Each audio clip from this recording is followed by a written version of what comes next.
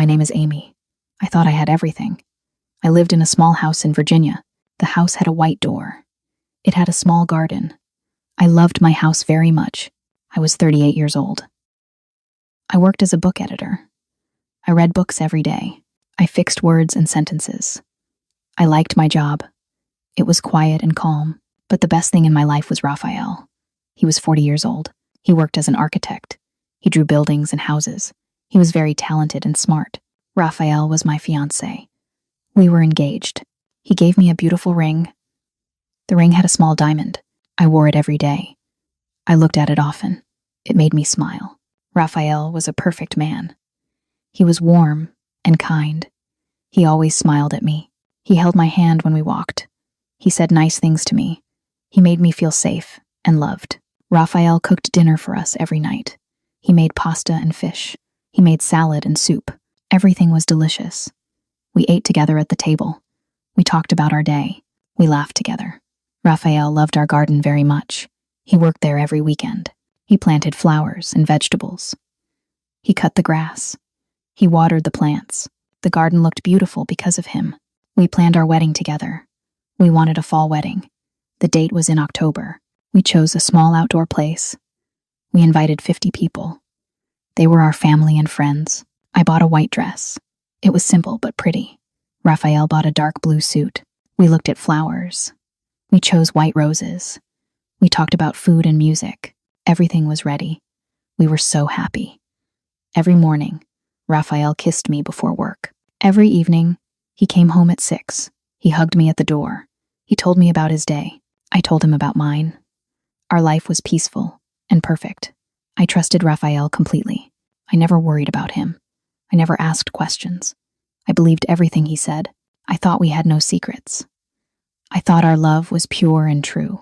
But one evening, everything changed. It was a Tuesday in September. The sky was dark. The air was cold. I waited for Raphael at home. I made dinner. I set the table. But 6 o'clock came and went. Raphael did not come home. 7 o'clock passed. Then 8 o'clock. I called his phone 3 times. He did not answer. I felt worried. This never happened before. Raphael was always on time. He always called if he was late. At 9 o'clock, I heard the door open. Raphael walked in slowly. His face looked tired. His hair was messy. His clothes looked old and dirty. I ran to him. I hugged him tight. I said, "Where were you?" I was so worried. He smiled at me, but the smile was not real. It looked fake and forced. He said, "I am sorry. I had work. A meeting ran late." I helped him take off his jacket. Then I smelled something strange. The jacket smelled like smoke, but it was not normal smoke. It was different. It was sharp and bitter. It smelled like chemicals. I asked, "What is this smell?" Raphael took the jacket from my hands quickly. He said, "Someone was smoking near me," but his voice was strange. It was tight and nervous. He did not look at my eyes. He looked at the floor. He looked at the wall. He looked everywhere, but at me. I felt something wrong in my stomach. It was a cold, heavy feeling, but I pushed it away. I told myself I was being silly. Raphael loved me. He would never lie to me. He kissed my forehead. He said, "I am very tired. Let me take a shower." He walked to the bathroom fast. He closed the door. I stood in the living room alone. I looked at his jacket on the chair. The strange smell was still there. I shook my head. I went to the kitchen. I heated the dinner. But something was different now. A small seed of doubt was planted in my heart. I did not know it then. But that seed would grow, and it would destroy everything. 2 weeks passed after that strange night. I tried to forget the smell. I tried to forget Raphael's nervous eyes. I told myself everything was fine. But deep inside, I felt uneasy. One Thursday morning, Raphael left for work early. He kissed me goodbye at 7. He grabbed his keys and bag. He walked out the door. I heard his car drive away. I drank my coffee in the kitchen. I read a book for work. The house was quiet and peaceful. Everything seemed normal. Everything seemed safe. Then I heard a sound. It was a buzz. It came from upstairs. I put down my book. I walked up the stairs, slowly. The sound came again. Buzz, buzz, buzz. I followed the sound to our bedroom. There, On the nightstand sat Raphael's phone. He forgot it at home. This never happened before. Raphael always took his phone. He checked it every few minutes. The phone buzzed again. A new message appeared on the screen. I looked at it. My heart started to beat faster. The message had no words. It had only numbers. Strange numbers in a row. They looked like coordinates, like map points. Nothing else. No name. No explanation. I picked up the phone. My hands shook a little. I looked at the numbers again. Why would someone send this? What did it mean? Who sent it? I wanted to call Raphael. I wanted to ask him, but something stopped me. A voice in my head said, "Wait. Look first, then ask." I put the phone down. I walked to Raphael's office. It was a small room at the end of the hall. He kept the door closed most days. He said he needed quiet to draw. I opened the door slowly. The room was neat and clean. There was a desk near the window. There were shelves with books. There were papers on the desk. They showed building plans and drawings. I walked to the desk. I looked at the papers. They showed normal architecture work, houses, office buildings. Nothing strange, nothing unusual, but I felt something was wrong. I felt it in my bones. I looked around the room again. I looked at the walls. I looked at the shelves. I looked at the floor. The floor. Something about the floor looked different. Near the desk, one board looked newer than the others. The color was slightly different. The wood was cleaner.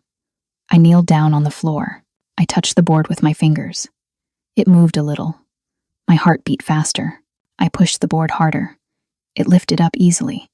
Underneath the board was a hole, a secret compartment. Inside the hole was a metal box. The box was gray and cold. I pulled it out carefully. I opened the box with shaking hands. Inside, I saw things that made my blood freeze. There were 3 passports. I picked up the first one. I opened it. The photo was Raphael's face, but the name was different. It said, Michael Torres. I opened the second passport. Same face, different name. James Cooper. I opened the third one.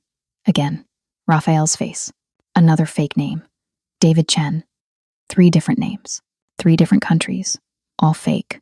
All lies. Under the passports was a small device. It looked like a radio, but it was more complex.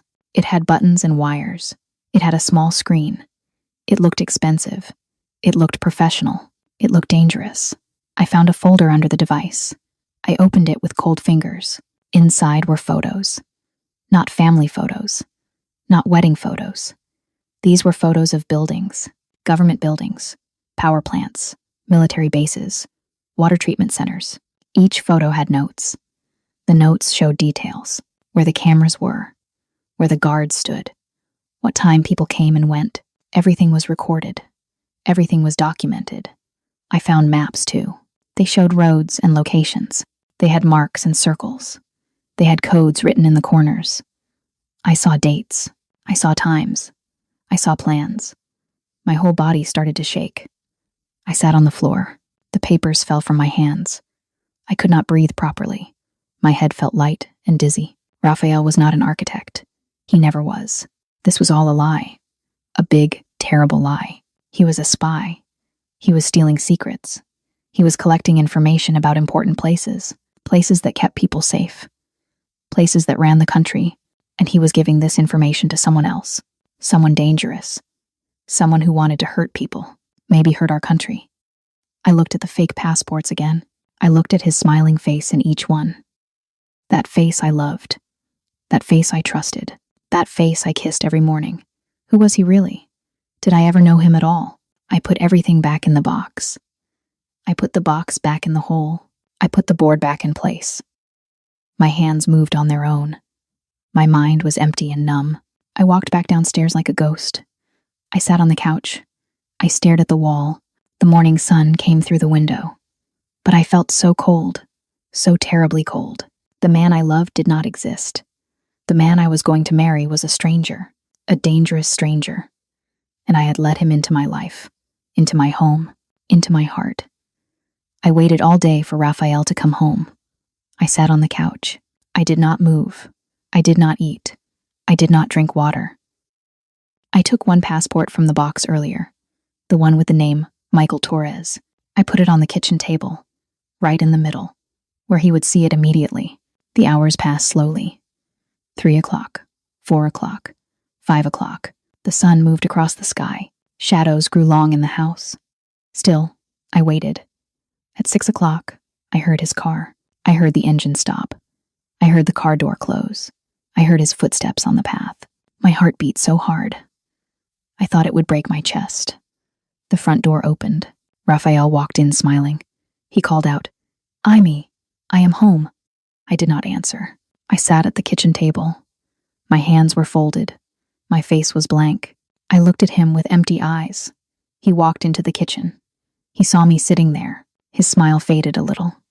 He said, "Are you okay? You look pale." I did not speak. I just pointed at the table.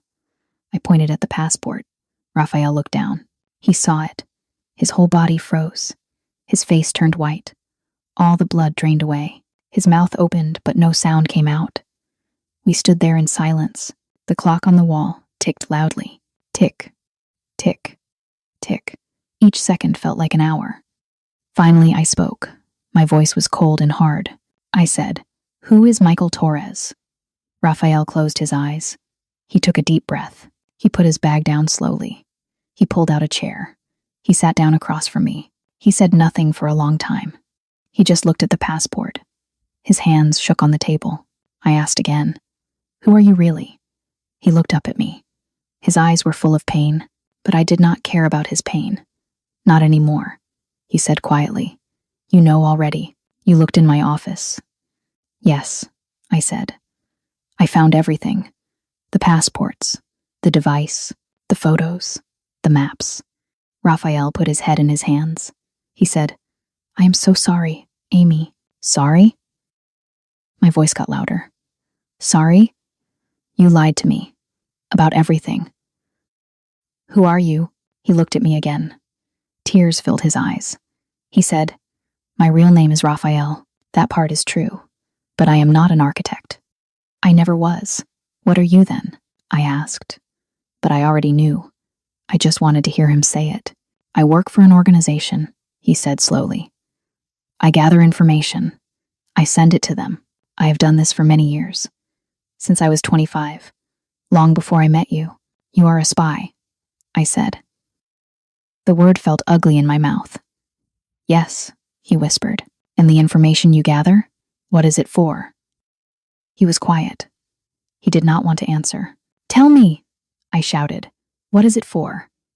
"They want to know about government systems," he said. "Power grids, water systems, communication networks, important structures, so they can destroy them," I said. "So they can hurt people, kill people." Raphael did not deny it. He just sat there, silent, guilty. I felt sick. I felt dizzy. The room spun around me. I said, "Everything was a lie. Our whole relationship. You used me." "No, Amy, that is not true." "Then what is true?" I asked. "Tell me one true thing." Raphael fell to his knees, right there on the kitchen floor. He grabbed my hands. His hands were wet with tears. He said, "I love you, Amy. That is true. That is the only real thing in my life. I swear it." I tried to pull my hands away, but he held them tighter. He said, "Everything else is fake. Everything else is a lie. But not this. Not us. Not my love for you. That is real. If you love me," I said, "then stop. Stop this terrible work. Turn yourself in.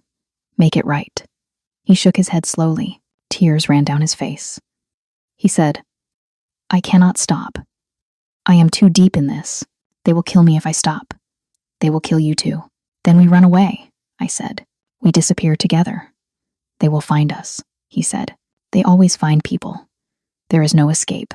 I pulled my hands away from him. I stood up. I looked down at him, kneeling on the floor. "This man I loved, this stranger," I said. "Get out of my house. Amy, please get out," I screamed. "Get out now." Raphael stood up slowly. He looked at me with broken eyes. He walked to the door. He stopped and turned around.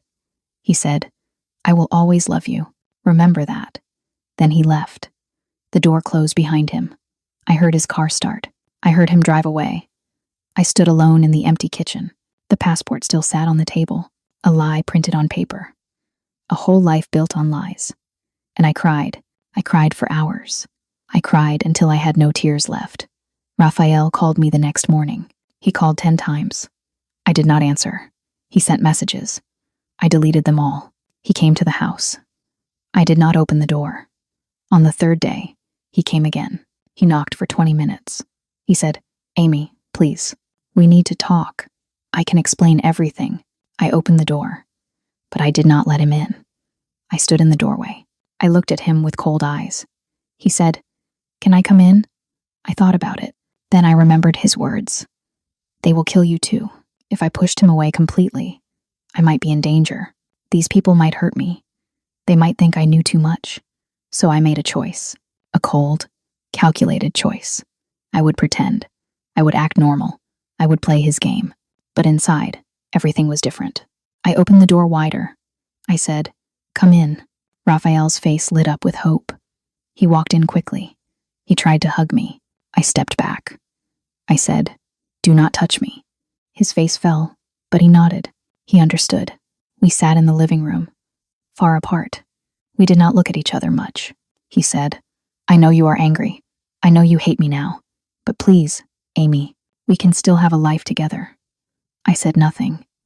I just stared at the wall. He continued, "I will be more careful. You will never see this part of my life again. We can go back to how we were. How we were. Like it was real. Like it was ever real." I looked at him. I said slowly, "I need time. Time to think. Time to process this." "Of course," he said quickly. "Take all the time you need, but we cannot tell anyone." I said, "About this fight. About what I found. It stays between us." He looked relieved. He said, "Yes, absolutely. No one will know." "And the wedding," I said. My voice was flat. "We keep planning it. We act normal. People cannot suspect anything is wrong." Raphael nodded eagerly.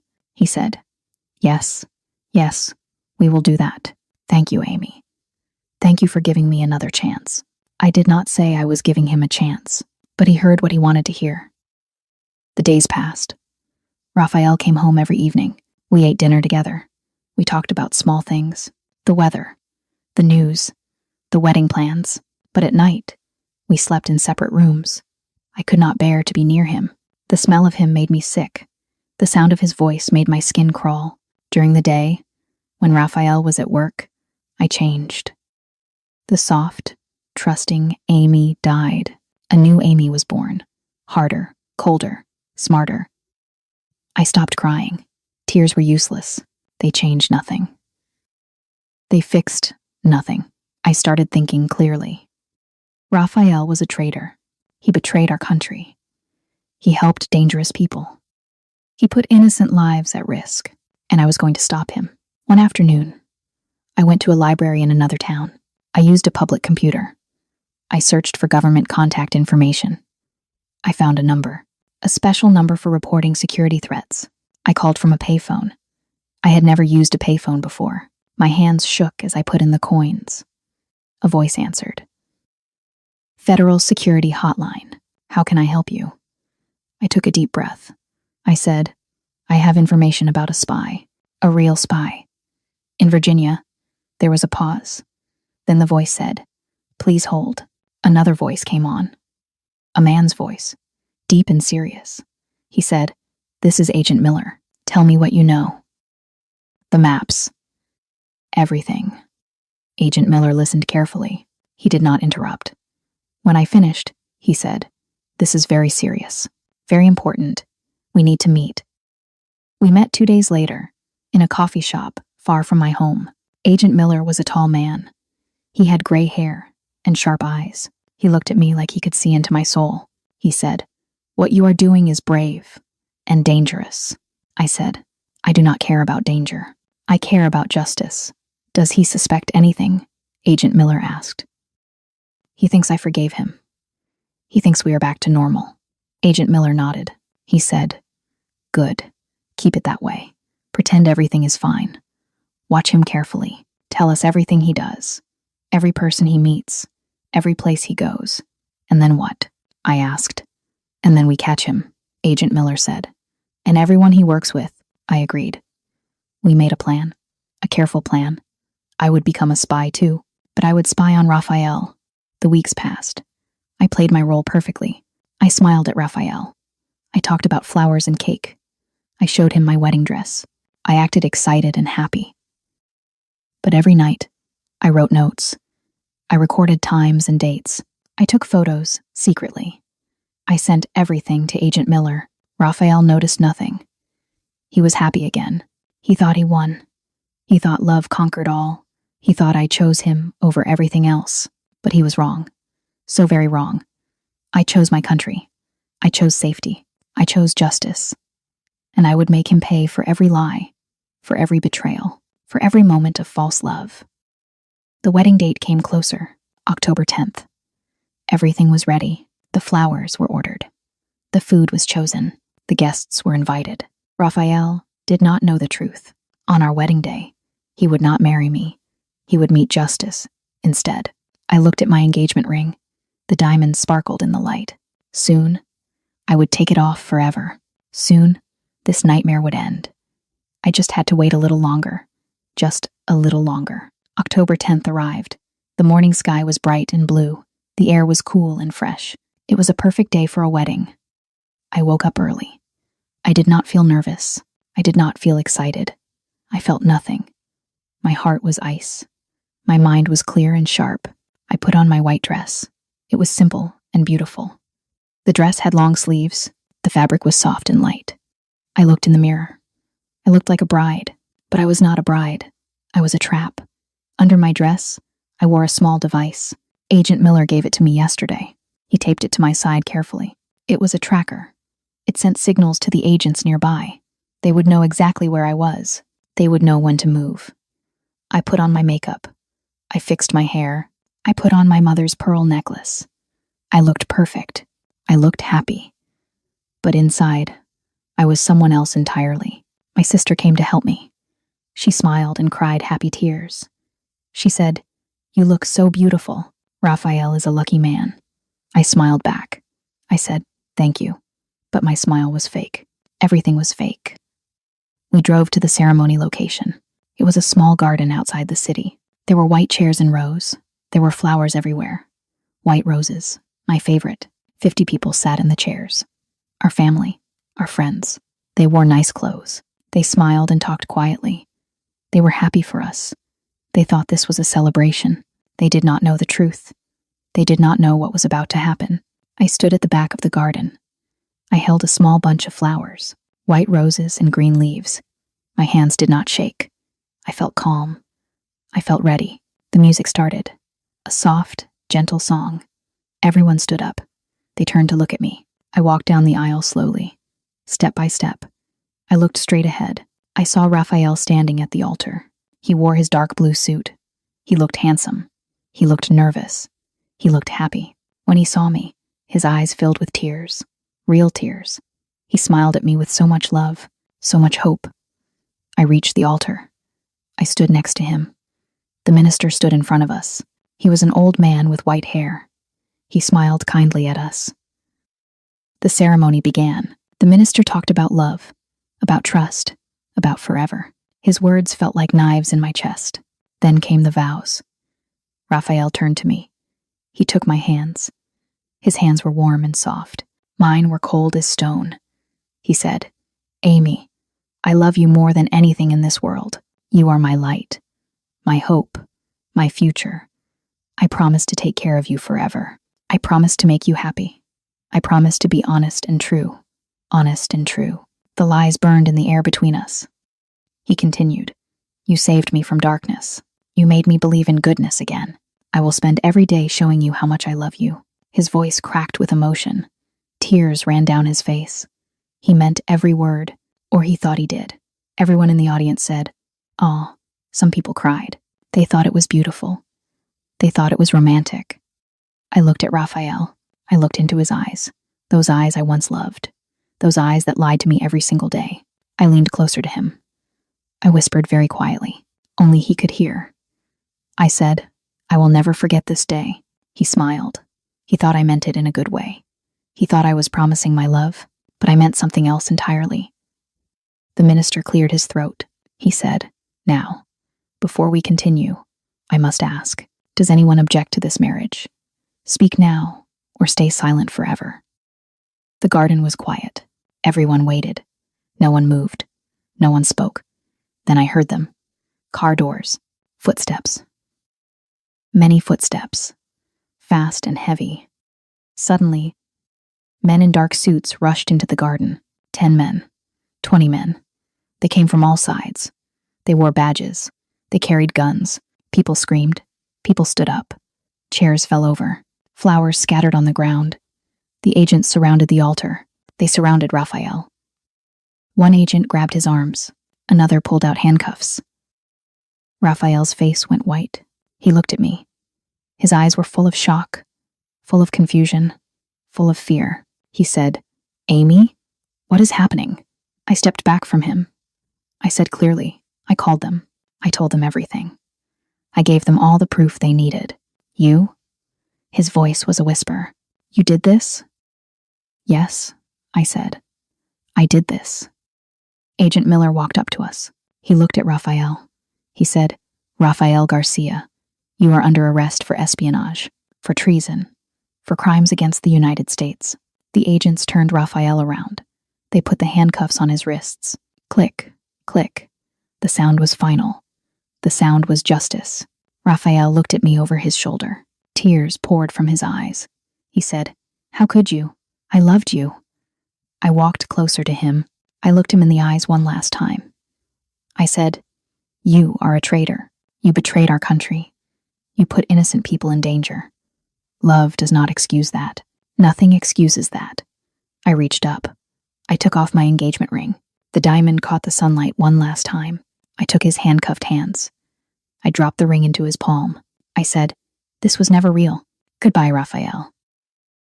The agents pulled him away. They walked him through the garden, past the shocked guests, past the fallen chairs, past the scattered flowers.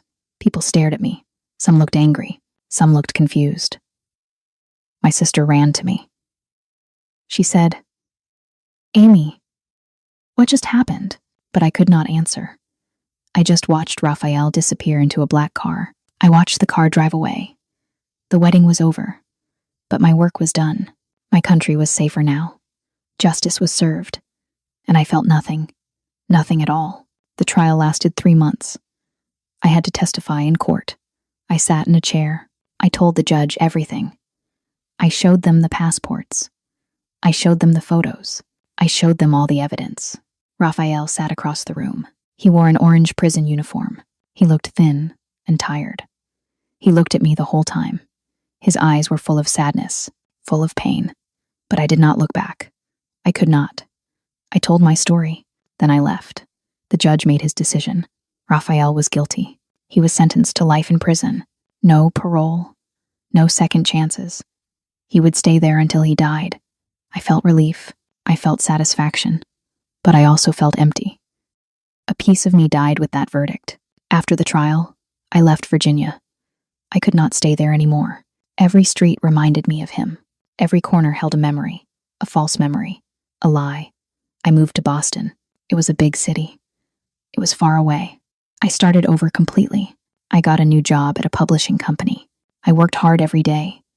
I focused on my career. I read manuscripts. I edited books. I met with authors. I built something real, something true. 2 years passed. I became successful. I got promoted. I earned respect. People knew my name. They valued my work. I bought a nice apartment. I made new friends.